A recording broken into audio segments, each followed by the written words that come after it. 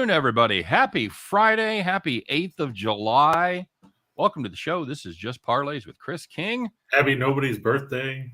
Happy nobody's birthday. It's the day between birthdays. So it's nice to be here. My name's Scott Steen. I'm the lead handicapper at winnersandwhiners.com. I'm joined as always by the king of parlays, Mr. Chris King. And on our far right, as you face your radio dial, you remember that guy? It's Scott Reichel, everybody. It seems like just last week we were doing this, Scott. Yeah, it's a little weird because I was reading the top and I realized it said just parlays. Am I in the wrong meeting? Did I show up at the wrong time? AJ says 3 wide. Yep, like my fancy double wide at the trailer park. I'm the envy of everyone in the entire park, man. A triple wide. Can you imagine? Half the state of Missouri. Easy. Which direction? Which half are you cutting? From the guy coming from North Carolina. You might want to just back off there a little bit. You know, you've known me for 6 years and you still can't figure out what state I live in. South Carolina, whatever. It sums up how everybody in the Midwest feels about that part of the country. Yeah, well, that's why everybody forgets that Missouri exists. Because hey, look, there's Illinois. There's 2 Carolinas? Yeah, no one cares. There's 2 Dakotas. Couldn't care even less. That should never have been 2 states. That should have been just the Dakota Territory. Call it good. There's 2 Mexicos. Do you ever read the story on how the Dakotas became split like that? No. It's some shady shit, man. It's some shady shit. Well, they kind of have to have it, right? Because if they only had 1 Dakota, then the Summit League wouldn't exist. So all the rejects from like the Pac-12 who weren't accepted to the big Power 5 schools might actually have another conference to play in basketball, you know? Yep, absolutely true. And Brandon probably still finish last. Brandon Kubas says, good to see the Scots again. Marlo checking in. Nice. What does that say? Nurmagomedov. Nurmagomedov? Oh, those are names. He's talking UFC. Brandon's the UFC guy on Friday. I was going to ask Brandon if he could smell burning toast. I thought he was having a fucking stroke. Okay. So, all right. So, how do we pronounce those names, Rachel? You have Nurmagomedov, then you have Tercios, I believe, and the last one is Nchekwu. Have you heard those names before, or are you just winging it? Nurmagomedov is one of the most famous names in UFC history because, of course, Khabib Nurmagomedov has the same last name. Tercios is kind of newer. I can't say that I truly know him. And Nchekwu, I've seen fight a couple times. Pretty solid.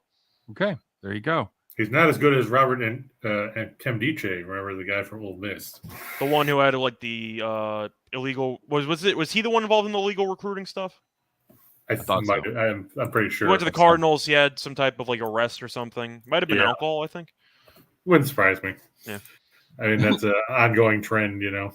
JC says you're alive. Yeah, he's alive. He's been around. I'm still doing my night shows. I just had a lot more free time in the afternoons. Oh, we did. We did Total Chaos the other day. How did we end up? Did you grade us out? We split, or I went 2 and 2. I think you also went 2 and 2. Okay. So in other words, he didn't care what you did. No, because I'm pretty sure we agreed on like 2, but we split on the other 2, and we ended up splitting with those splits. So I think we each went 2 and 2. The game we insisted on doing that Allie tried so hard not to have us do ended up being a loser. And that was also both of our plays of the day, which also lost. That was embarrassing. It was our play of the day like 6 days earlier. Of course, you had 6 runs in the first 4 innings, and then Keuchel just buckled down. You know, first inning, you have a leadoff double, and then an RBI single after like an out, and you're like, oh, Keuchel's about to give up 7 runs in like 3 innings, and then I'm gonna win this in the first. And the Rockies just didn't touch him for the rest of the start. It was really weird. And then of course you're rooting for extras.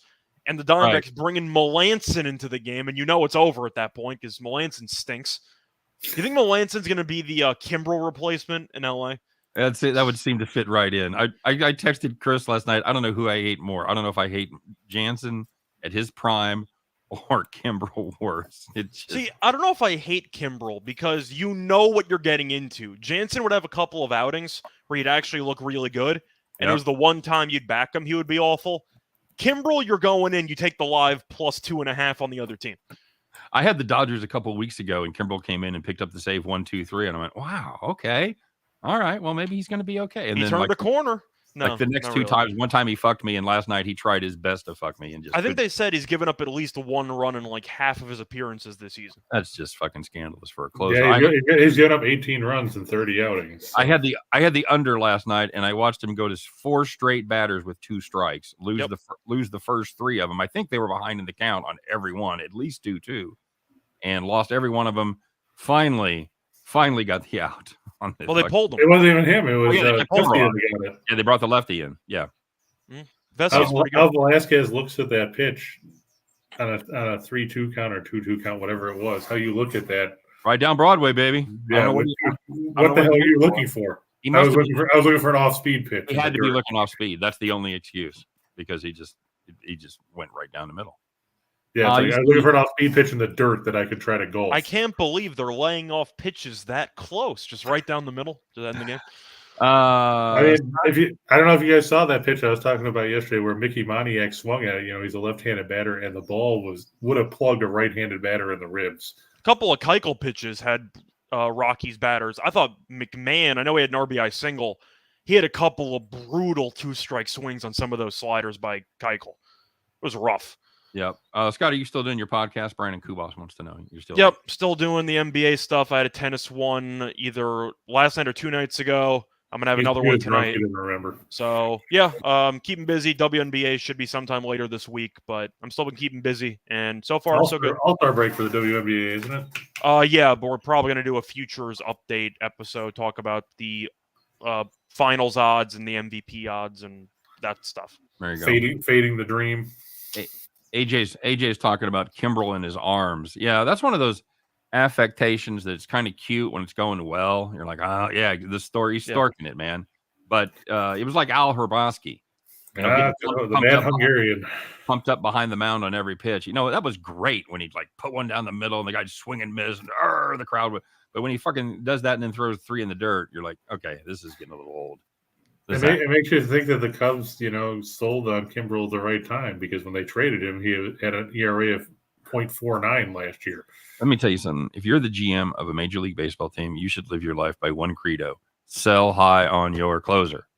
They do not have long careers. Usually when they have those fantastic seasons, it's a one-off. They have peaked. You've got them at the apex, get maximum value because they'll never, ever be the same. It's not maximum value, but a funny option. What are the odds the Yankees trade Chapman to the Dodgers? I can see that. What do you give up? Yeah, what couple of random BS prospects? No, I think the Yankees try to get us. I'm saying what he might be worth at this point. I got to check his contract, but if we're talking about last-second duct tape on a torn ACL, I do think Chapman fits the void there for the Dodgers, and of course they don't need him because Chapman got injured. Holmes took over the closing role, and he's been arguably the best closer in baseball for the entire season. He's been very good. Well, it looks like Chapman's a free agent after the season. Makes perfect sense. Yeah, dump him for a couple of prospects, mediocre quality, and Dodgers have themselves a closer, quote unquote. And his ERA is just as bad as Kimbrel's. Correct, but the Dodgers might just throw it. Hey, they traded for Kimbrel, so clearly they don't care about the ERA. He'd fit right in with guys that are like, man, he should be a lot better than this, but he isn't. That'd be perfect. Andrew says, nice game on the run line of the Astros yesterday. The Steenmeister General. I like that. Yeah, we had to sweat it as they shit the bed with the bases loaded in the 7th and thought they were going to do the same thing in the 8th, but Altuve drove a sac fly to left, and then they dribbled in another run. So, yeah, we got there. How sad is it that you look at the Astros catchers and find out they can't hit, and then when they face the Royals, they look like Babe Ruth because Martin Maldonado was, 3 for 3. Oh, he was hitting $150. Yeah. I stopped complaining about Houston's catchers when Castro hit that 2-run homer against the Mets. When he was batting like 103. Is Dusty Baker retarded? Not pinch hitting for him? I called him an idiot. In my defense, he was because Castro did get out in that situation. Like he should not have been batting with first and third, and he got out. They just gave him another at bat, and he homered in the 9th inning. So it was a different situation. But Castro's batting like 103. Maldonado's like 140. It's really disgusting, the overall catcher numbers at the plate. Hey, Castro's all the way up to 115 now. Good for him. Look at him. Bronco slugging $179. Bronco says his heart's just getting back to normal after watching Kimbrel. This is the third leg of his parlay. Yeah, it was I was watching, buddy. I was grading. Yeah, I was thinking about you as the. I didn't. I was actually hoping that game was going to go over the total. I think you had. Did you? I know. Did you have that on one of your boxcar picks? Yeah, I had the over on it. Okay. All right, so that's why I got pissed off when Velasquez looked at that pitch. I watched that like I told Steve. I said, "Yeah, the over in the Gonsolin game. Interesting." Well, yeah, because I figured Leiter was going to get lit up. Yeah, that's fair. Gonsolin, seven innings, 2 runs, consistent. Picked up the win again. Your Cy Young ticket gets nicer by the day. It really does. I think it's Leiter was down 1-0 after one batter. I think I've doubled my value. I think I checked it yesterday in the amalgamation site that has all the ones from all over. Had it at 12-1. I don't know if it matters if you're going to keep letting it ride. Isn't that the rule of the craps table? If you're never going to cash out on it, then it's just hopefully turns minus 200 at some point. Hopefully you're making enough profit on those place bets to take that hit. Yeah, you got them pumped up. So, yep. I know you didn't watch the CFL game, Steen. Did you see it, Rachel? No, I know it was 3-3 early on. I know that the Elks are not a good team, but yeah. Sam Peters squeaked by the narrow margin of 49-6. I was going to say it was 3-3, and then things went off the rails at that point. Bronco says he's got Gonsolin on a Cy Young ticket. Excellent. But a play that you would only see in the CFL, Edmonton missed a field goal. The guy ran it back 122 yards for a touchdown. What's the record? 128, I think? Something like that. Yeah. But he didn't even get touched on 122 yards. I watched one lineman try to get him. He went right past him. How deep was Devin Hester? How deep? No, that's funny. How deep is the end zone? 15? 20. No, it's 20. Yeah. You read the play-by-play. It's like he caught the ball at the Calgary -12. I got to start dabbling more in player props for Canadian football. I saw that FanDuel has them now.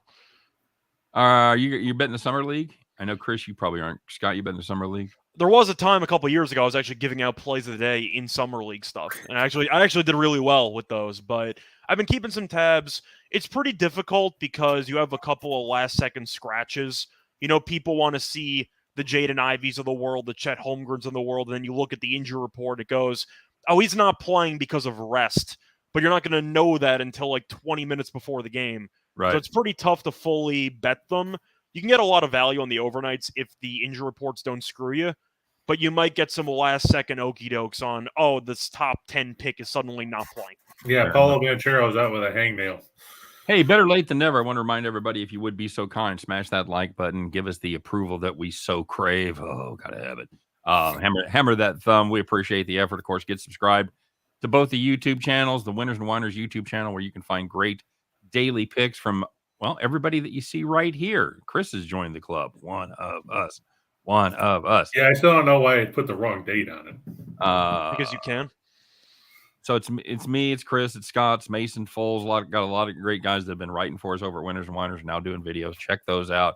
And if you want to find great live content like what you see here and the NASCAR show, and what you're going to see on Monday when Chris will be hosting with the one and only.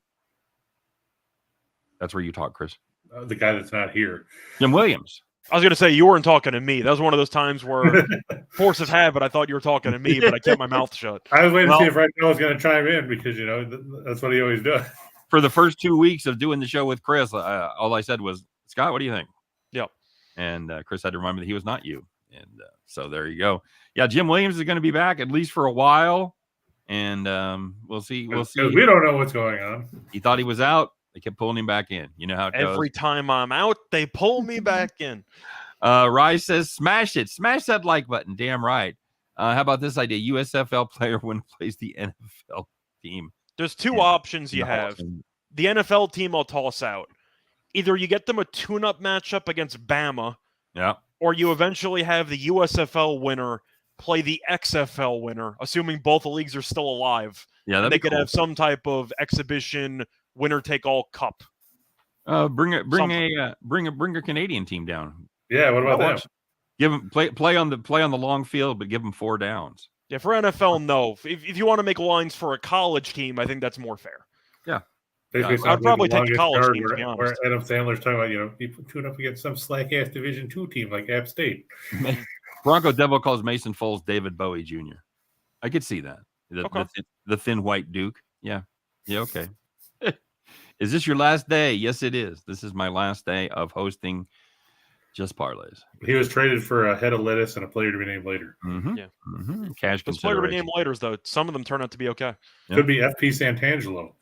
I like the cash considerations. Yeah, we consider giving you cash, but we're not going to do it. So we're going to give you some. We haven't decided how much. So somewhere between 2 cents and $5. I imagine they give it to them like a Hallmark card, like a grandparent on a birthday. Like you have to shake it and you have to like, oh, there's a check in here. What is this? To be named later. Okay, thank you. Check back. It's like $50,000. Undetermined. Yeah, absolutely. TBD. Timmy Earl in the house. Good to see you. We got a bunch of people that do shows. We got Rye. We've got Tim Earl. By the way, speaking of Rye, we're going to be doing the NASCAR show at 3 p.m. Central Time, 4 p.m. Eastern Time. We're going to be doing it live. So check in on tape as we do our NASCAR show. So designated. Bronco said you were DFA'd. I've been yes, I've been DFA'd, and my contract. We have the franchise has 10 days to trade you or release you from your contract. Give me my outright release. And we wish you well on your future endeavors. We haven't talked a lot about it. I am extremely excited about the project that I'm working on. It checks a lot of boxes for me. I get to do like all the stuff that I'm doing, plus I get to do some other stuff that I pride myself on being able to do well. So should be fun. I'm looking forward to it. It should debut around the beginning of football season. So Right said Studio B does offer tours for a large fee. That's right. It's like Paisley Park. You want to stop by and see where the magic happens. You can stop by anytime here in lovely Missouri. When you say football, by the way, is that NFL or is that college? NFL. Okay. NFL. So before September 5th. James S. says, I want to thank you for everything. I wish I had the chance to meet and shake your hand in real life. I know you do in future endeavors. I appreciate it, James. We talked about doing a Vegas meetup, and we kind of got like pandemic'd out. And then last year I wasn't still that positive about flying during the pandemic. So I would say that's not off the table. We've still got a guy that used to comment. And in fact, I think he still checks in every once in a while, but he's got a hookup with, I think, Marriott, and nice. Could maybe get a group thing together. So would you guys be into that, Scott? I know you don't need much of an excuse to go to Vegas. What about you, Chris? Could we drag you out of South Carolina long enough to meet in Vegas for a few days? You can actually place bets there. It's a change of pace. I haven't taken a day off in 6.5 years. So I mean, it's a work trip. I'll still shake your hand even if we meet in person, James. Absolutely. March Madness meetup. Oh, I don't hate that. I don't fucking hate that. It's a crazy time out there. You're not going to get any deals. No, you're definitely not. Not in March. What a fun time to be in Vegas and just fucking veg in the sports book all day. I was there this past year. I saw St. Peter's beat Kentucky in one of the Vegas sports books. For me, I'd rather be there like opening week. I'd like to be there opening Thursday, Friday, Saturday, Sunday. That's the best time. That'd be fantastic. Because all the games. By then you're minus. If you go after that, then you're minus all the potential upset bids and everything for the most part. That is a great idea. We're gonna look into that. So, see if the company will cover all that. We'll see. We'll see what kind of deal we can get. And see how the show goes. I used to go to Vegas for Super Bowl. I've never been there for Super Bowl. Scott, you been there for Super Bowl? I've not. I was there for the divisional round of the playoffs a couple years ago. Huh? I've been there for the playoffs. I believe it was Colts-Texans, I think, and the Colts won that game. But that was the only time I was there for an actual football season meetup, so to speak. I'm enough of a cheap bastard that I've kind of been boycotting Vegas because of the fucking resort fees. It just pissed me off. Are they that bad? I mean, I don't know a whole lot about it. Yeah, I mean, they're 40 to 60 a night in most places. I mean, the last 2 times I went, the room was paid for, so that's probably the icing on the cake of why I went. You compete with me. Well, I'm saying if I had to pay for the rooms, I can understand, But you been to Vegas, Chris? No, never been. Oh shit, I gotta get you there. We're gonna get you there, sure. Saw the Beatles show and Drew Carey. I did see the Beatles and the Drew Carey show. That'd be fun. I like Drew. I wouldn't call him a friend, but I have met him. I've been to a party at his house. I believe Drew once said that the points don't matter. That's our moniker for the NASCAR show. That's right. The points don't matter. We just do it for the love of the game. I used to go to Vegas for Celine Dion. Fucking right, Gabe. Well, you got to remember, Rice probably still hung over because remember he was going to start drinking when he left work yesterday. Then he was going to go to the Thor movie at midnight, and he had to be back to work at 6. So brutal. I only know one Celine Dion song. You're here. There's the Titanic song. Whenever you are. That's all I know. Exactly. That's the only one I know. That's probably one too many. I know she's skinny as fuck. Good for her. Like emaciated almost. Okay. So anyway, hey Chris, let's make some money. Let's. I know you like having me chatter about your picks. Now we got 2 of us. You got Scott and Scott to tear down your fucking picks and tell you why they're stupid. Let's go. Yeah, this coming from the guy who only went against his own team again yesterday live. What do I owe this allegiance to my own team to never bet against? Do you know how many times on the NFL show I was fading the Jets first quarter? Everybody that was like my automatic go-to moneymaker for nobody the NFL admits season. they're the Jets. Nobody admits they're a Jets fan other than Fireman Ed. Is he still alive? He was. I know he was like excommunicated because I think he had like a DUI or something, but he's back now. So. Oh, gee, they excommunicated for having a DUI. And then I think he came back, but he had some type of issue legally.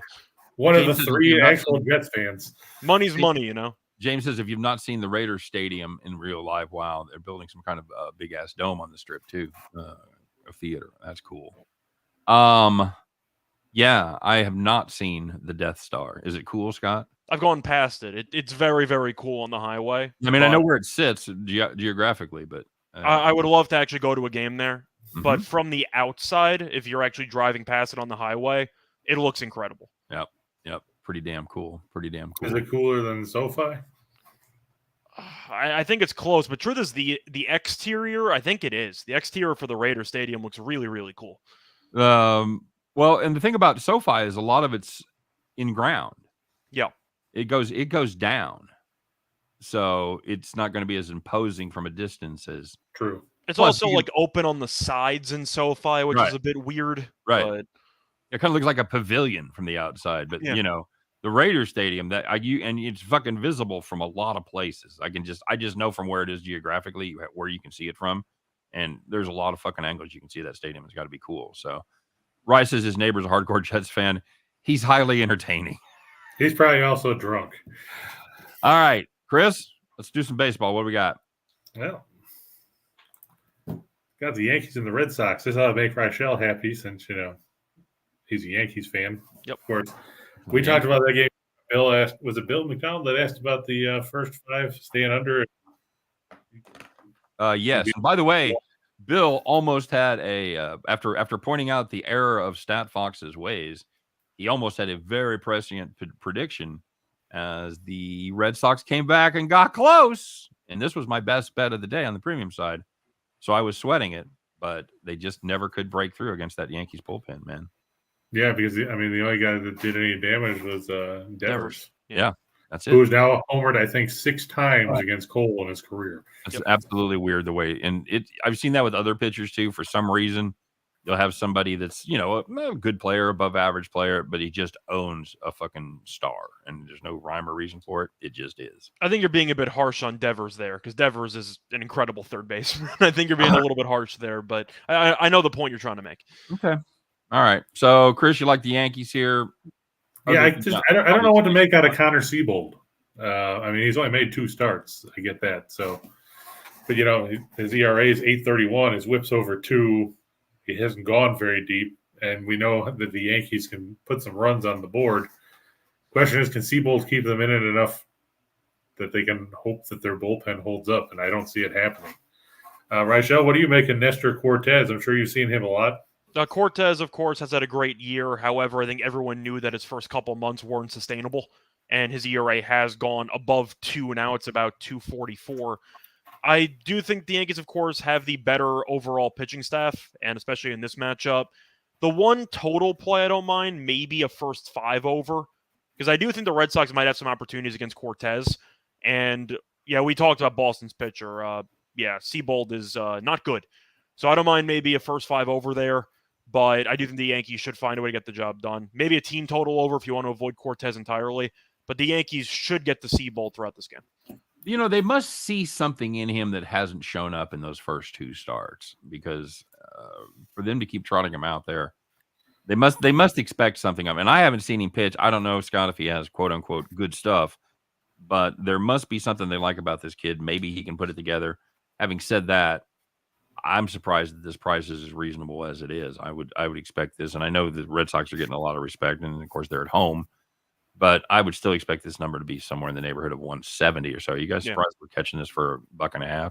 I am. Yeah, I am too. I mean, if you look, the Red Sox, even being at home, they haven't been that great. Just 21-19 at Fenway. Fair, yeah. And as for Seabold, I think he's pitching because the Red Sox are like, well, who else are we going to throw? Eovaldi's hurt. Sale is supposed to be back next week. Now he's still having tantrums in the locker room at AAA. That was a funny clip. By the way, Scott, and Whitlock's going to go to the bullpen. To your point on Cortez, he's made in his last 5 starts, ERA 5.6 or 4.68, FIP even worse than that at 5.5. So they absolutely have been getting to him a little bit more than they were early in the season. He peaked pretty much on the 2nd of June, took his ERA down to 150, and since then it's been a little bit of a struggle. The Yankees are 3-2 in those starts, but I'm okay. I'm okay with this matchup. I still think Cortez has the advantage, and I think the Yankees, no matter how well Boston's playing, the Yankees are a better team. And I'm still looking at the first 5 over as well, because the Yankees bullpen we know is very solid, but Cortez has been vulnerable. Seabold's just been bad, so I don't mind a first 5 over there. Now, I didn't play the run line yesterday when I made my best bet with the Yankees. I just didn't love the matchup enough, and that ended up being the right move. You guys interested in the run line today, catching 60 cents of value, taking it to plus 105? Chris? I like it just because, like Scott said, Seabold has been bad. And if Cortez can keep Boston in check, that bullpen should be able to shut him down and maintain a multi-run lead. Even a mediocre start, if Cortez gives you 5 innings, 3 runs, you're probably in decent shape anyway. Yeah, you got to think so. Scott, you okay with the run line here? Yeah, I don't mind it, especially when you're getting plus money on the run line with a guaranteed 9 at-bats with a 60-23 team. I don't mind it. Hard to pass up. All right, what else you got, Chris? All right. Well, we also have Kevin there saying, what games do you guys like for Nerfy? He's looking for a couple of Nerfies. We were joking about that. We were joking about bringing back the farm play for one day and one day only. And Scott's first thought was, got any Nerfies you like? Yeah. We talked about a couple. You had a surprising one, Scott. I did. I had the Rockies Diamondbacks one. Okay. That's what they call going to extremes, is we had them to go over 14.5 runs or so last night. We thought that was going to be a fucking score fest. Well, the Rockies still have the second worst offense on the road in terms of runs per game, but Gallen first innings, he's been very good. Yeah, you're convinced on Cool. You think Cool is going to I'm going to say turn the corner, because he's had a weird season, and he's been in this stretch lately where he's been in every other game guy.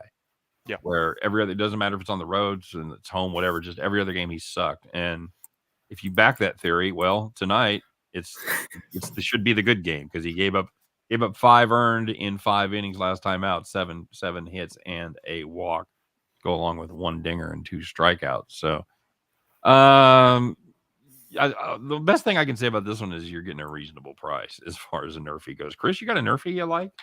Like I said, I thought that this Rays-Reds game would be a decent Nerfy, because Castillo, he's only got a 309 earned run average on the season, which is way better than the rest of the pitching staff, which is 5-something for the starting rotation. And we know McClanahan can shut anybody down. Yep. I think, and you're probably gonna pay the price there. Yeah, like I said, I think it was 135 or 140 this morning. So that's really not even that bad. 135 for a McClanahan start. Not horrible. I also wouldn't be mad at you if you wanted to play Wheeler and Wainwright. That too.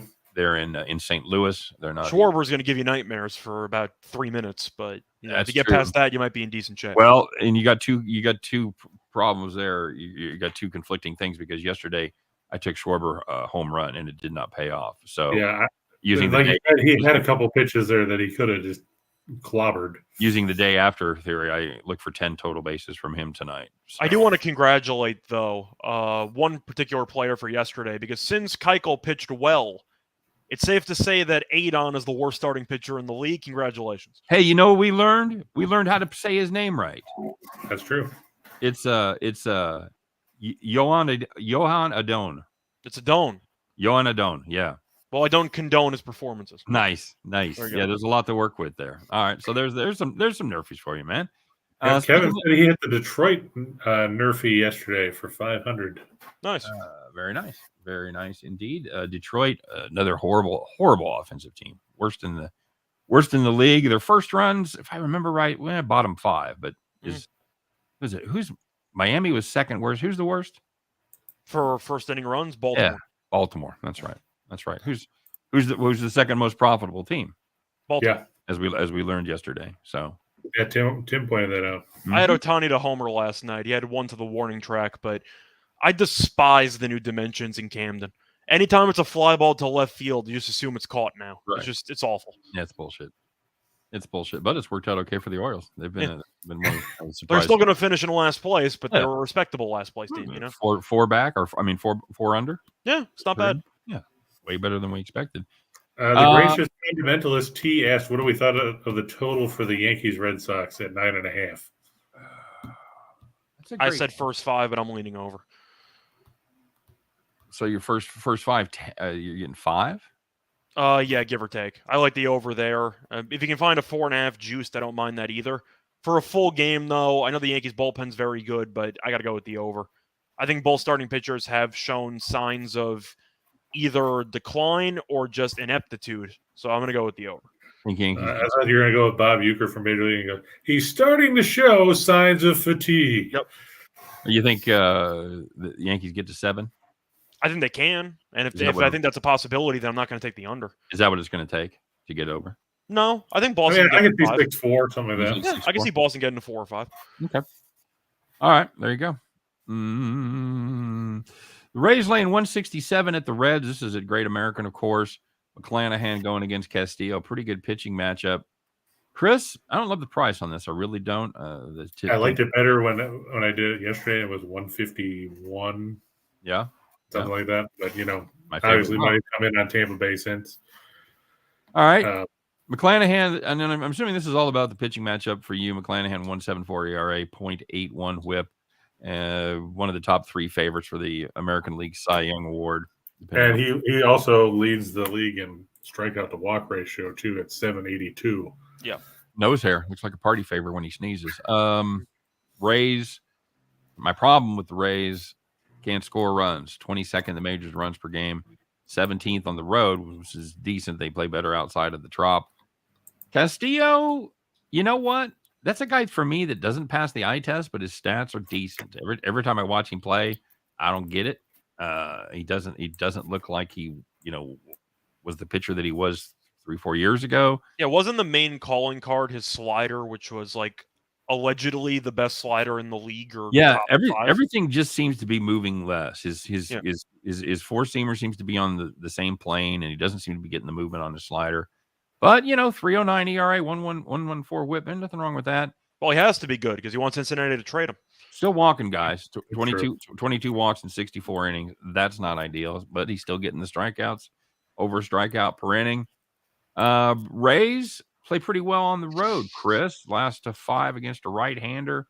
8-2 against the National League Central. Yeah, I don't care. That just makes me laugh. Well, I mean, I'm reading the comment section. Runs with scissors. This guy threw at his own kid in the father-son game. Nice. Yeah. This guy's a convicted felon, isn't he, Monty? No, well, he should be. I'm not sure. Well, he should be. Yeah, it should be. We should do a show where we just do the live read, like a live table read of Major League. It's good stuff. Fly ball caught. I literally watched that as I was doing work the other day. I had it on in the background like 2 days ago. I'll watch it every time it's on TV. It just I had it on my DVR.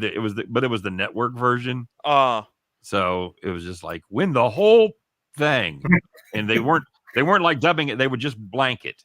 That's a shame. It would just take and on the Japanese subtitles, they never had any subtitles. They didn't even try to cross out. They go. Because I've seen it on TV where I go, they're still lousy or something like that. Yeah. So anyway, great movie.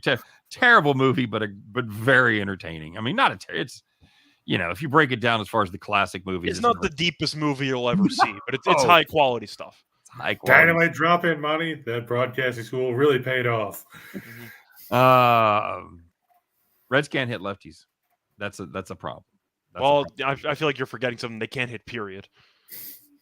Like lefties is true, but against righties, they're not doing much better either. But the thing is, you mentioned the pitching matchup. Of course, McClanahan's better, but Castillo's pretty good. Even if it's a tie game or they keep it close, the bullpen's really the story for me, because Cincinnati was good the one time when I had the Mets run line, and they just gave up one run in the entire. They gave up no runs in the entire game. But the Reds' bullpen stinks. The Rays have had some injuries, but their bullpen is still good enough to get by. You might see a 1-0 game or something for the first couple innings, but as soon as Castillo comes out of the game, you might see some fireworks. So if you want a live run line, I don't mind that. You can maybe even get it at plus 130 mid-game, but expect Cincinnati's bullpen to fall apart at some point. Yeah, to Scott's point, Cincinnati's bullpen has a 5.49 collective earned run average this season. I believe it's been the worst in the majors most of the season. Well, I think them and Washington have been battling back. I thought Colorado was somewhere. It's been Cincinnati, Colorado at the bottom, but Cincinnati's consistently been worse than Colorado. Yeah. But those have been the bottom two teams the whole season. Now the Royals start creeping in there when you're talking about ERA bullpen at home. They're over 5 at home as far as their bullpen ERA goes. So I just want to bring up one point about this. This is minus 167. The Yankees are minus 155, and I think we can all agree that as of right now, Castillo is a much better pitcher than the kid for Boston. If the Reds are going to take a game, this is their best shot to do it, in my opinion, just because Castillo can give them something to work with. Right. If you like the Reds, probably go for the first 5 and hope they maybe hit a solo shot or a 2-run homer against McClanahan. Yep. But over a course of 9 innings, I think Tampa finds a way to separate themselves. And you mentioned the offensive numbers for Tampa, which aren't great. To push back a little bit, they've had a bunch of injuries. Franco missed some time. Arozarena missed some time. Both of them are back. So I do think Tampa might be a bit undervalued offensively. They're not great offensively, but I think they're better than the numbers show. All right. Chris? They scored 39 runs in their last 6 games. So okay. Showing some signs of life. Very good. Chris, real quick, you said that about the Reds, don't forget, too, that Cincinnati had to play a doubleheader yesterday, so their bullpen is going to be a bit worn out. That actually kind of hurts, though, because you were hoping they would pull Castillo sooner rather than later. He might have an even longer leash tonight. But if he wears down, they could just tee off on him late. But looking at the Reds' pen, they threw – who threw yesterday? Almost everybody. Yeah. Would it shock you if the Rays scored 2 runs in the top of the 9th? Probably not. So I think a live run line play or maybe even a live money line play might be the best option. Yeah, especially if the Rays get down early, get down 3-1. Yeah. Or 4-2, something like that. Yeah. Very good. Although getting 4 runs against McClanahan, that seems unlikely. So. Yeah, I think he's only given up 4 runs at a start once, and that was to the Yankees. We'll say 2-0. Show us some 2-teamers, Chris. Well, there we go. We got the Rays and the Yankees. I put them together because why not?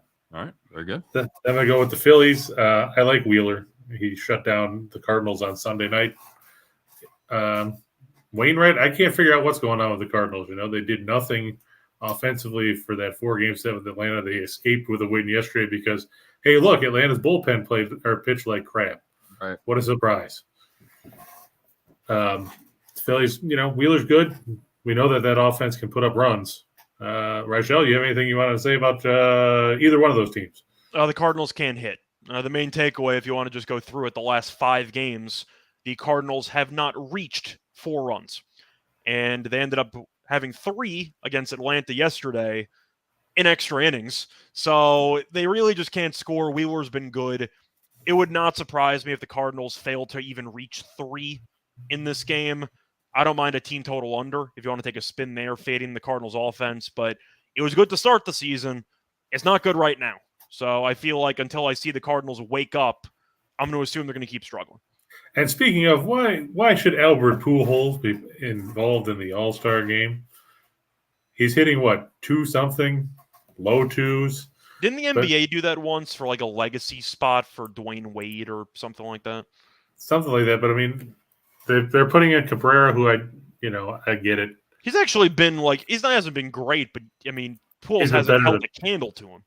Right. I mean, you look at Pujols' numbers on the year, and he's hitting. Oh, he's at the Mendoza line, 200 even. I'm sorry. Are you guys bitching about carving out a spot for the two greatest right-handed hitters of the last 50 years? I wasn't bitching about anything. Chris brought it up. I was trying to say it's been done in the NBA before, so I'm not exactly opposed to it. All right. Well, fuck you and your wishy-washy self. Are you in favor of it or against it? I don't mind it. Okay. Wow. I don't like it.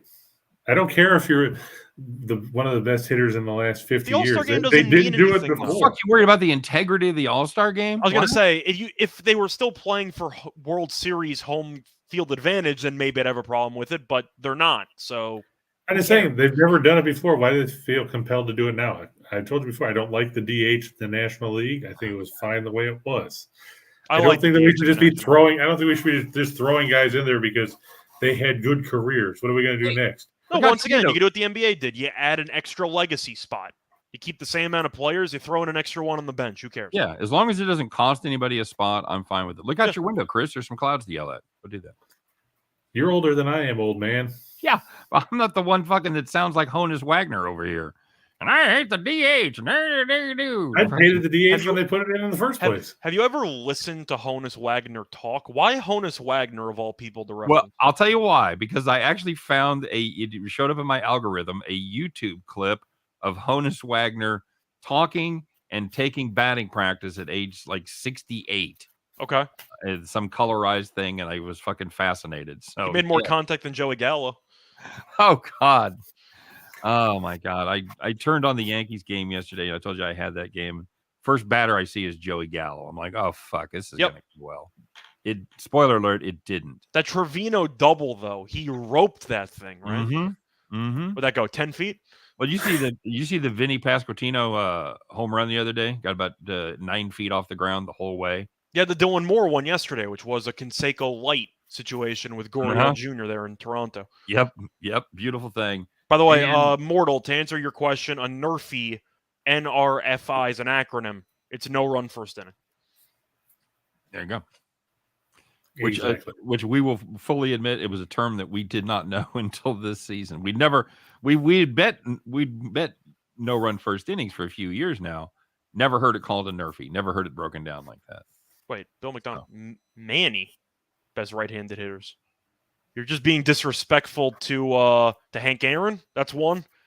A bit disrespectful to Willie Mays. Well, that's another option. Hank Aaron did the majority of his damage before my window. I'm just saying, though, you're throwing in Manny and A-Rod. Like you got to show some. You got to give some flowers to A-Rod. No. Hank Aaron and Willie Mays. I feel like those are your top two choices.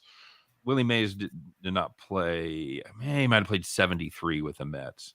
Yeah, I think it was 72 or 73.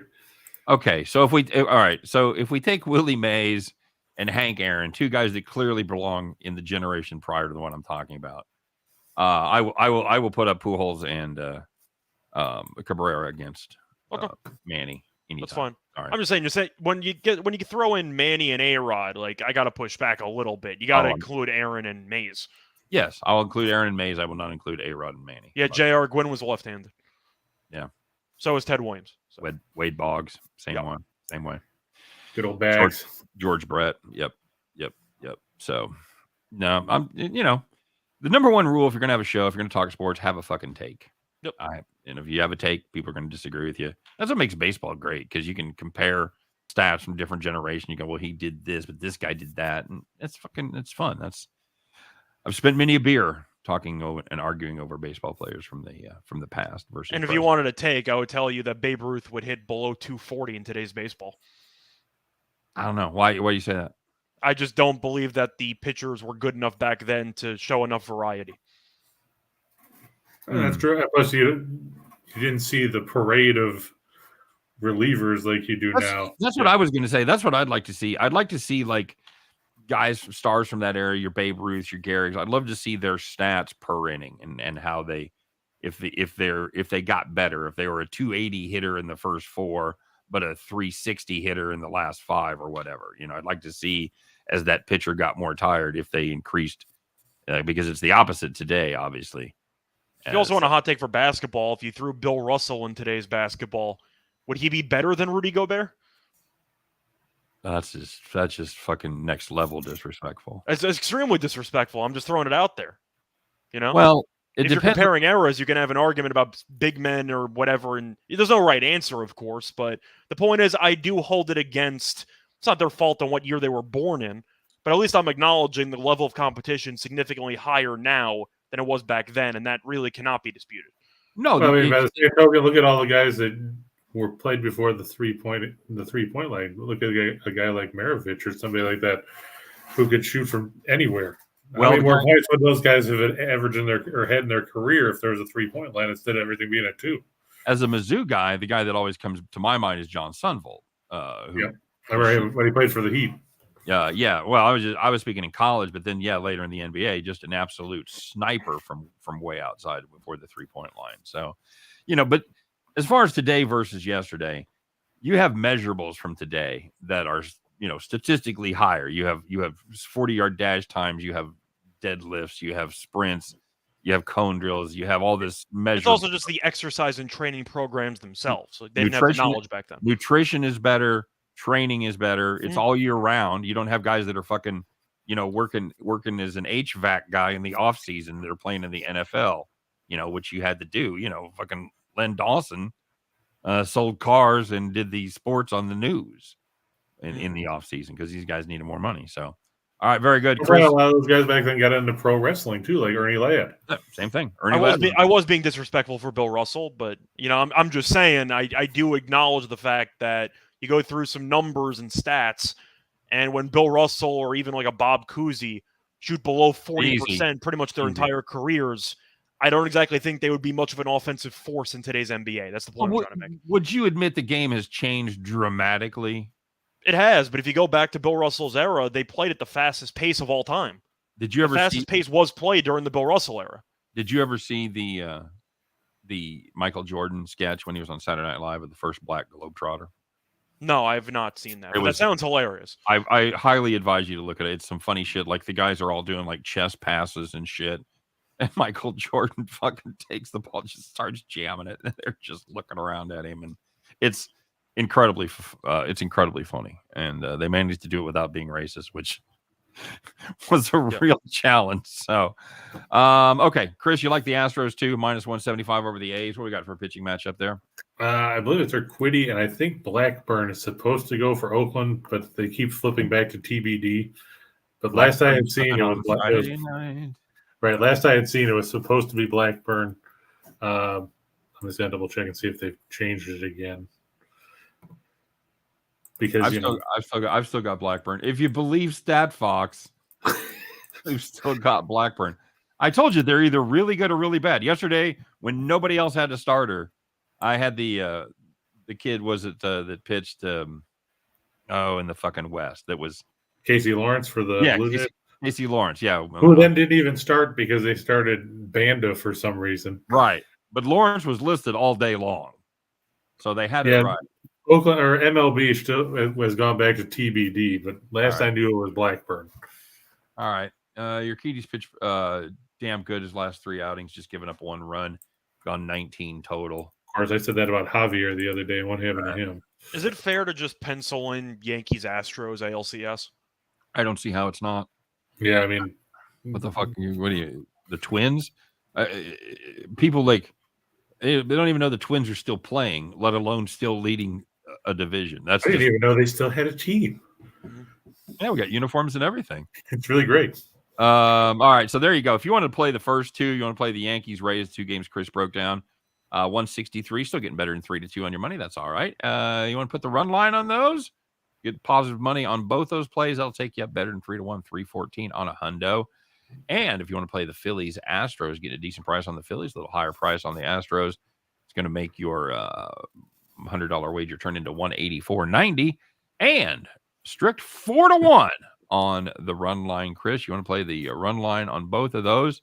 Going to pay you $400 on a $100 bet. So show us the 4-teamer. Let's grip it, rip it, boys. Got to go.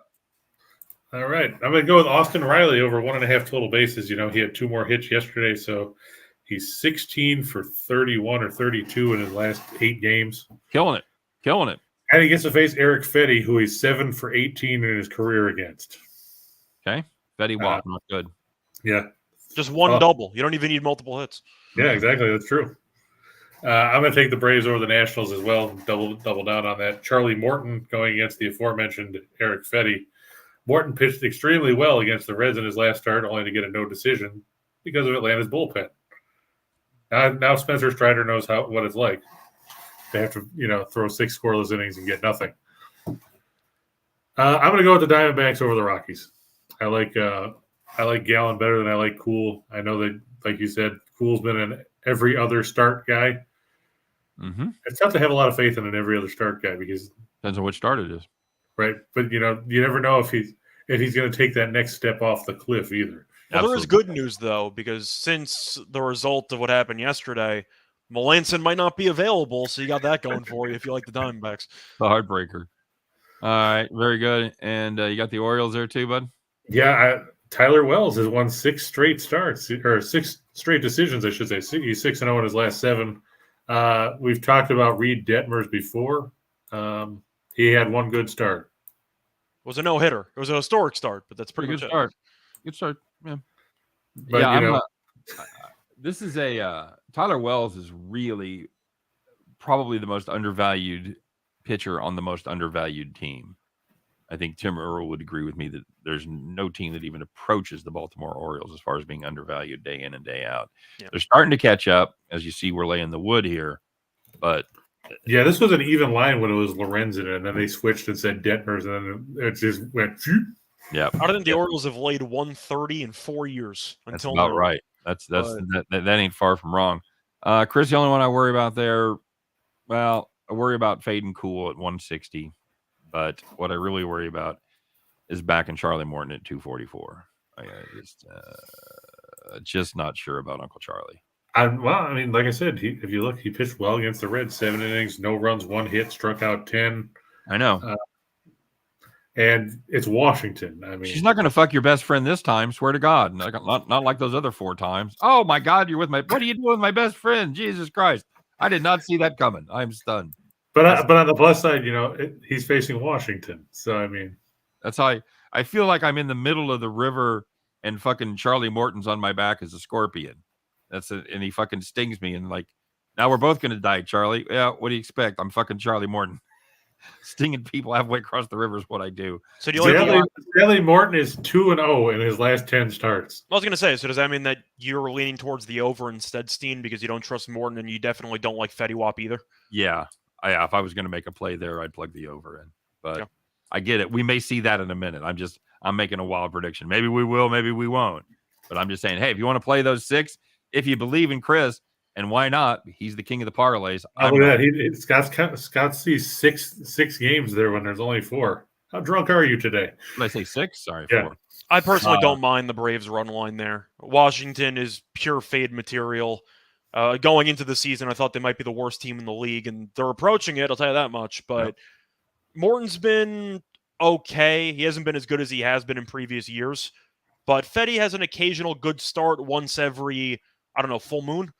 But it's not very good, and the Nationals' bullpen stinks as well, and they can't hit. So besides that, they're in good shape. Yeah, I don't mind Atlanta winning handily. Okay, all right. Hey, look, there's some guy named Jim showing up on the screen. There he is. Thanks for telling me that because I'm on large, so I can't see it. So there he is. It's the past and future host of Just Parlays. He's my David Lee Roth. He's the David Lee Roth to my Sammy Hagar. It's Jim Williams. What's up, buddy? Hey, guys. I'm coming to you from Camden Yards, speaking of the Orioles. Nice. Nice. I will be directing the game on Sunday for Peacock. So wow, look at Peacock. The Baltimore Orioles against I was going to say Angels, but it's really it's Ohtani and nice. his gang. That'll be fun.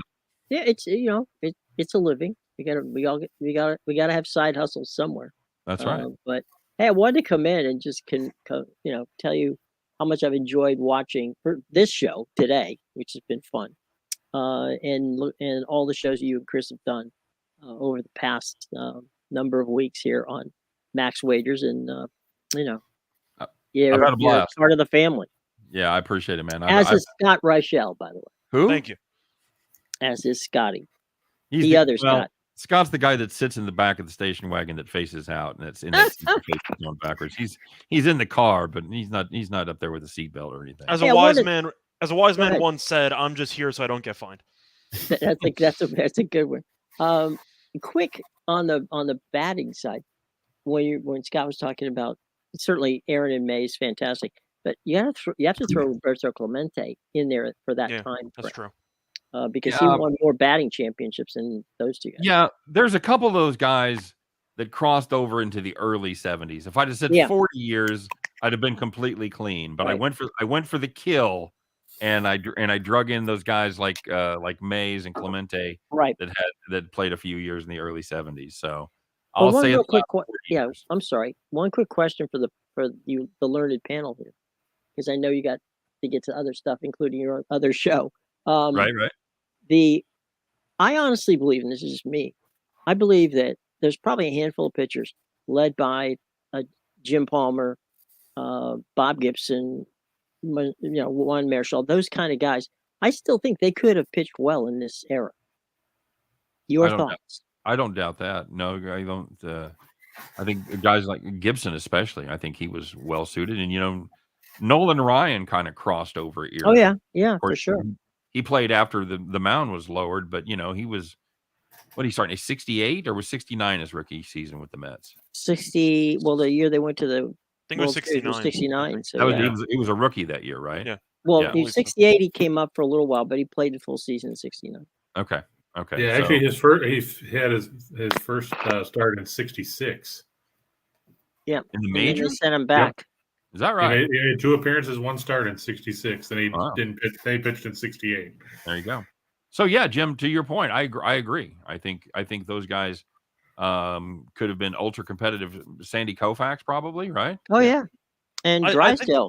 There are some players at any position in any sport that can just transcend. Mm-hmm. Like Gretzky would still be arguably the best player in the league right now if he was playing hockey. But my point is, you're looking at the home run numbers for some of these guys when the average pitchers, were significantly worse than the average pitchers now.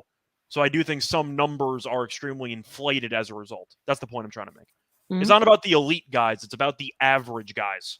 And I think that the comparisons between average guys back in 1930s baseball compared to now aren't even close. So let me ask you, Jim, what's your take on park factors? Because the parks were a lot more asymmetrical back then. Well, you had some spacious ones, but then you had some cheap shot down the line. So do you think it was an overall plus or negative? Well, as far as home runs go? I think from a standpoint of, let's look at like Crosley Field in Cincinnati, right? That was basically a bandbox. Right. You go then to Forbes Field in Pittsburgh, and they parked the home run. Dead center field was 465 feet away, and they put the batting cage in center field. Well, wasn't the Polo Grounds was long too, wasn't it? Well, the Polo Grounds was long. 8 miles. It was long. It was long by if you're if you're hitting to left field, right? But if the right field porch at the Polo Grounds was like 310, right? So if you could pull the ball, then you could live all day long batting it out there. But you're right. Every one of those fields in those days were, you'd have some really wacky, left field would be, like I said, 371, right field would be 310. It's like a little league home run. So Jim's point, it was 279 at the Polo Grounds to left, but if you went to left center, it was 450. Yeah, I was going to say, I'm pretty sure right down the line was well below 300. Mm-hmm. As you went to dead center was like 550. It was 483. Well, that 483. Yeah. Oh, God, that's a $5 cab ride. Nice. The movie Brewster's Millions, where they had the train running through. Right. That was real. I know. That was a real minor league park. I don't think they use it anymore. But it wasn't Durham, was it? Anybody know where that? No, it wasn't. I think it was in North Carolina. It was in North Carolina, but I don't know if it was Durham. I do know that there was a park in the Florida State League in Winter Haven, where the Red Sox used to train, and it actually they had a train that went by there because of all the orange groves in that area. Oh, And wow. I remember seeing a guy hit a home run, landed in the one of the cars, and the joke was he hit his home run traveled, 37 miles because that was the next stop on the train. Hit it in But the open door. hit it. Well, no, he hit it it was one of those. It had oranges, carrying oranges. Oh, So like it was like a coal truck, except a Yeah, coal train, except exactly. it was filled Yeah. with oranges. I got you. All right. Right. Is So it the he scene hit in Tin Cup though, where he's like hitting the golf ball down the freeway and it just keeps rolling? it right. Uh, Like a 700-yard one. James S says that's why I miss Jim. Never-ending source of knowledge in sports. Oh God. I second that emotion. Absolutely correct. Yeah, just Uh, I'm a total font of meaningless information. so, Jeffrey. let's start a little controversy here. Marlo says, cough, cough. They moved the fences in for Hank Aaron. Jim, comment? What, in Atlanta? Or is that where they're talking about? Are they talking about Milwaukee or Atlanta? I don't didn't know. know That's what I'm asking. I wasn't born yet, so I can't really comment on it. Bronco says, ask you about the no announcers game. Well, you just did. Did you get a chance to watch that, Jim? With the, Yeah, I've seen a couple of no announcer games. the Royals and I liked it. the Tigers. You liked it, Rochelle? Jim, what'd you think? Look, I don't think people tune in to watch announcers. I do think that announcers help when the game is bad. Yeah. Right. So, take that for what it's worth. On the face of it, if you think about it, play-by-play for TV Mhm. doesn't make any sense because you're watching it. We obviously see what just happened. You don't have to tell me the guy grounded at the second base and he threw him out at first. I just fucking saw that. Well, So to your point, Scott, if you watch one of one of the things I enjoy watching more than anything is watching the crew on MLB Network, watching, dip into a game, Mhm. and they go over, they don't use the announcers, the local announcers. They're all just sitting there talking like four guys would be in the stands. Yeah, the Right. studio And, panel. yeah, the studio game. And with Ansinger and Harold Reynolds, yeah. and then whoever other shows up. But those are the two Plesac, I guys. think. Plesac, quite a bit, yeah. And he's funny. by the way. sometimes Pedro will show up. So yeah, I mean that's like watching it with the four of us watching a game and reacting to it. Only those guys actually played it. But it's to me, as I say, baseball. And your point, you see it, you see what happened. You don't Right. need. It's funny because I'll be watching a baseball game with sound off. My wife will come in and go, "Why did you turn the sound on?" I go, "I can watch what's going on. I know what's going on." Yeah, It's it's a visual medium. it is. It's kind of that's the way it goes. But I mean, radio, 100%. You've got sure. wonderful announcers for many years in that sport. But on TV, and here I am sitting in a truck with people who are actually going to do that on television. I probably should keep my mouth shut. But no, I watch the game here in the truck. Do I listen to the announcers? Yes, but And that's the pivot that's I been don't need it. Yeah, that's the pivot being made because now you have the Manning cast and you have the K-Rod cast, and I think Pat McAfee's having some type of thing for Amazon football. But it seems like most people kind of agree that if we can see what's happening, we don't need you to tell us what's happening. Give us some feedback that we wouldn't know. Well, you and I did it for a couple of games, Scott. We had a great time. We did. I don't think we addressed any piece of that Rams Cardinals game because the game was awful and we just made jokes the entire time. Yeah, it was pretty much it. And we killed it. We pulled in well over 30 viewers, I think. So Yeah. Well, you doubled our normal total. Yeah. So we pulled in tens and tens of viewers. Yes. But that's fun. I mean, that's the fun part of it. The fun part is going to a sporting event with your friends and just ragging on it or enjoying it as you're there. And apparently Marlo was talking about Fulton County Stadium.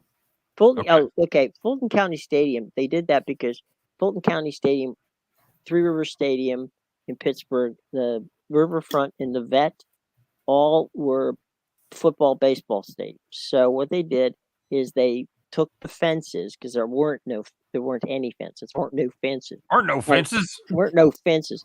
There weren't any fences out there because of my English language. They moved them in 5 feet from where the retaining wall would be.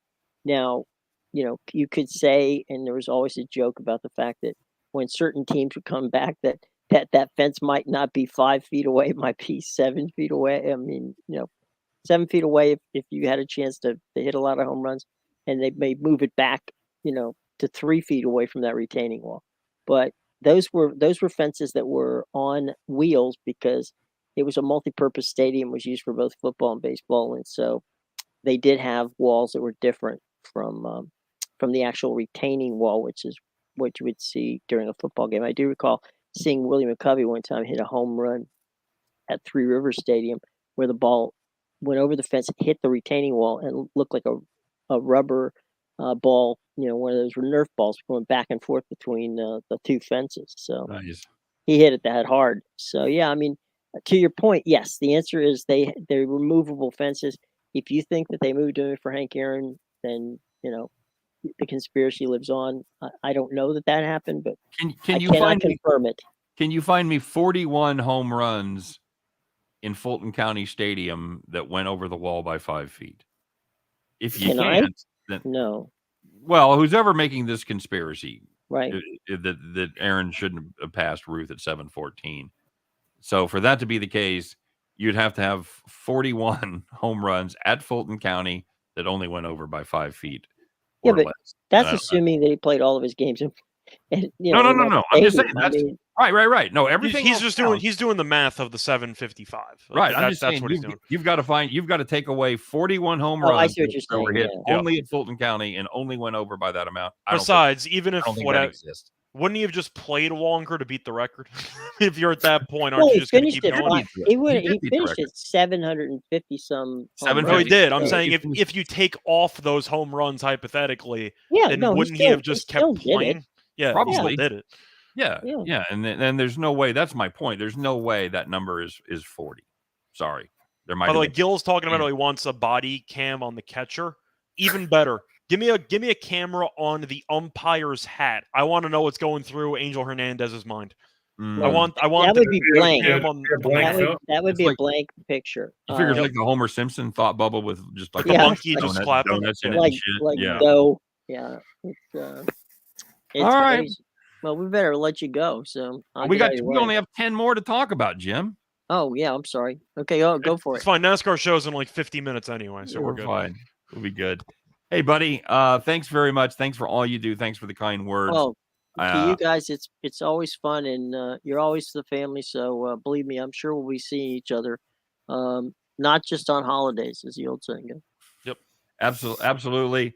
And David Lee Roth coming back to the band. Sammy Hagar's leaving. Sorry, guys. That's all right, Sammy. All right, buddy.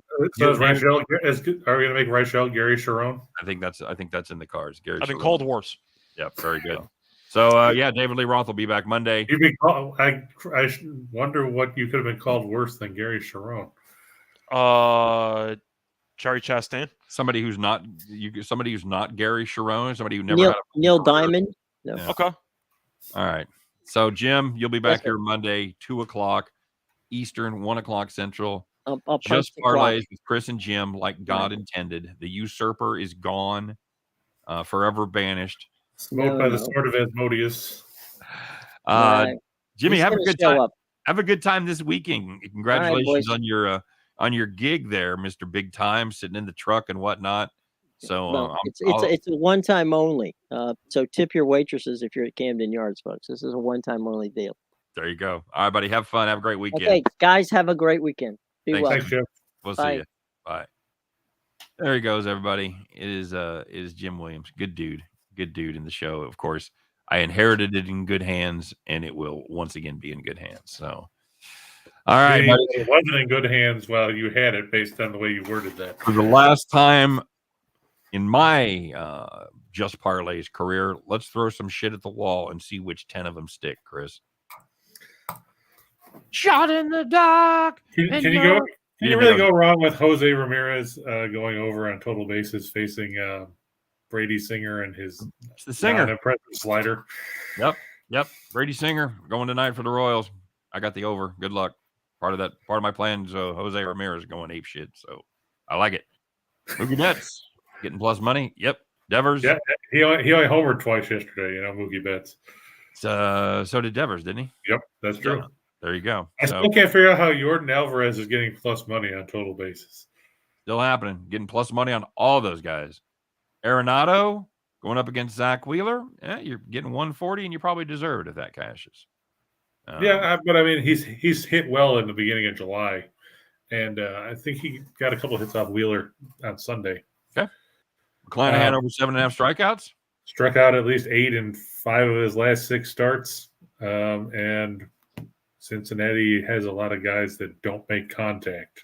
That seems like a recipe for strikeouts. You got the Twins over the Rangers right here, laying a little wood there at minus 118.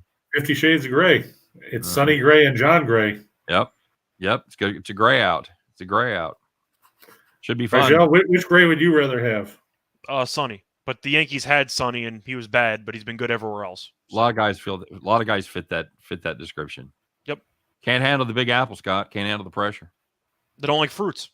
Don't like fruits. The Royals. You got Singer going against Savale. That's right. Savale having a dreadful season. I thought you were going to say a banner year. Singer's shown some signs of life. I don't hate it. You couldn't put a gun to my head and make me fucking bet this game, but other than the total. But sure, if I had to, gun to my head, got to take the Royals. Sure, why not? Yeah, I just don't like Savale. Like you said, He's been horrible. His ERA is what, 7.06, something like that. He's been bad. But in Tiende, still a Royal. Woke up this morning, read the paper, still a Royal. 12 for 26 in his last 7 games. 13 for 26 against Cleveland on the season. He's on fire. He's hitting the ball to all fields. He's not driving the ball, but he's hitting the ball with authority. A lot of singles and doubles. Fourth in the AL with a 319 average. The Red Blacks going against the Rough Riders. Yeah, I don't think this is going to be a high-scoring game. Saskatchewan actually leads the CFL in sacks with 21. They lead the league in takeaways with 14. Ottawa's offense is not all that great. Their defense is decent. Okay. They've only been outscored by 12 points despite being 0-3. Sounds like a recipe for an under, buddy. Yep, that's what I'm going with. Solid. Well, if you've got cantaloupes for stones, you want to put $100 on this, well, you could be happy with your cantaloupe balls because you'd be $136,000 richer on $100. And if you wanted to say, you know what, 136 grand, that's chump cool. Change. Good weekend. Pocket change. Good weekend, but I'm looking for something more. How can you put another 100 grand plus on that? Well, I got a deal for you. All you have to do is lay 1.5 on the Twins. You lay 1.5 on the Royals. There you go. That's it. 2 games. Puts another $100,000 in your pocket. $129,000 to be exact, as that would pay $265,000 on a $100 bet. So there you go. I know, Chris, you put up, you hit 7 yesterday. Now, was that 7 of the 9, or did it count Verlander? That was 7 of the 9. Okay, so not counting Verlander, which cashed, by the way. Right. But we took it off the board because the game had already started. You hit 7 of the 9 remaining ones. Yeah, Schwarber and Ohtani were the 2 that didn't. Schwarber, for the record, if you round robin those, you had a pretty good day. You're damn right you did. I'll tell you what, you could do worse than round robin in these 10, about a 7-way, 8-way. You do a 2-teamer, obviously you're going to fucking go broke. But yeah, you do 7 and 8 teamers on a round robin at these 10. If your book allows it, you're doing just fine. And once again, you can still end up losing money, but if you're talking about upside, then round robin's a very underrated way of betting parlays that a lot of people truly don't know of. And I feel Why don't you explain it real quick, where Shelby? You're right. Steve and I have talked about it briefly a couple times, but I don't think we've ever really put it in horse racing terms, Scott. It's basically getting getting a box. Yep, basically exactly what it is. You're doing a box with however many horses you pick, however many teams you pick. You put it into different combination of 2-teamers, 3-teamers, 4, whatever you want to do. They usually let you go up to 7. I got to tell you, I'm not usually in that stratosphere, Scott. Can you go 7? Can you go 8 on a round robin? You can do anything if you find the right guy down the street. Oh, fair enough. But when it comes to actual sports books, I think most of them max out at around 5. I think. Yeah. Okay. Well, I've seen a little better than that, but yeah, it's not. So, but there are. It's it's a real double-edged sword because when it hits, it's a nice payday. But with all those combinations, as you know, if you've ever been to the track and done a five horse trifecta box or a 5-horse quinella box, you start paying for a lot of combinations that don't pay off and it hurts. But it is he likes round robins but hates the cost, and Runs with Scissors says you can do 8 at Bookmaker. You can do 8. Okay, there you go.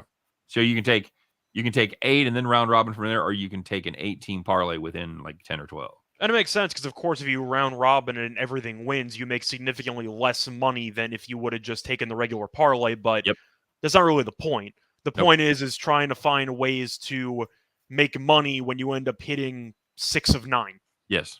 So. Yeah, that's the problem is when you've got a 10-teamer and 8 of them hit, you're fucking depressed. Correct. But if you've got a round robin, you're doing quite well. So, all right, very good, guys, very good indeed. Chris, obviously, I've had a blast. You've been a lot of fun to host the show with.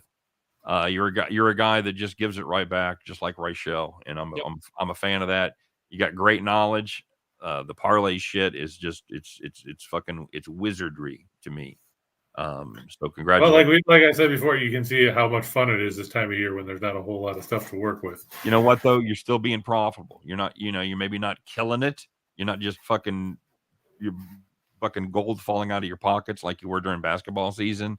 You're still profitable. You still got your head above water in baseball season, and that's damn impressive playing parlays every day. So hats off to you. Of course, good luck going forward. I'm going to be a fan of the show. I'll be checking it out. Rachel, you and I will be talking. We quite possibly could be back for football season to have the rubber match. That implies it may be the last one, so I'm not going to say that. But we're tied 1-1 in college football. We have to fix that. So hopefully we'll be back and do some football. And yeah, wish you nothing but the best. Very talented young fella as well. You guys couldn't do it without you. Couldn't do it without everybody out there telling their friends, telling their neighbors, sharing it on social media, checking us out every day. Yeah, the regulars in the comment section become kind of like weird family. The weird family you never talk about. You keep them in the attic, but still weird family nonetheless. No. I feel like I know a lot of you guys. I would really like to do a live thing. The spring trip to Vegas for March Madness, great idea. We'll see if we can flesh that idea out. So, Chris, final thoughts? Well, like you said, it's been a lot of fun the last few months. Hopefully, you'll have a lot of success with your new project. Won't be the same, not having you on the show. Listening to your horrible music that you listen to before the show sometimes. Fair enough. Rachel feels the same way. I guarantee it. I got used to it. And I hope that Rachel and you guys and you both pop around now and then, and make an appearance. I might be able to fit in a pop in or two. Absolutely, be happy. I'm in the neighborhood. Yeah, absolutely. All right, it's been a lot of fun. Appreciate it. Likewise, for sure. All right, guys, that's it. It's so hard to say goodbye, but we're doing it. But we're saying goodbye, and we'll be back in about 40 minutes. So, just like Rachel and I did last week. Oh, tearful. We'll never see you again. And then, 5 minutes later, hey, what's up? Nothing. What's up with you? So, yeah, we'll be there for the NASCAR show. You guys want to check that out? Make sure you do. But if you can't make the NASCAR show, check out each and every one of us doing our individual videos every single day. And Chris will be back Monday. Once again, he'll be here with Jim. And I guarantee you, they're going to talk about a lot less shit and concentrate a lot more on just parlays. You guys take care. Thanks again. We'll see you.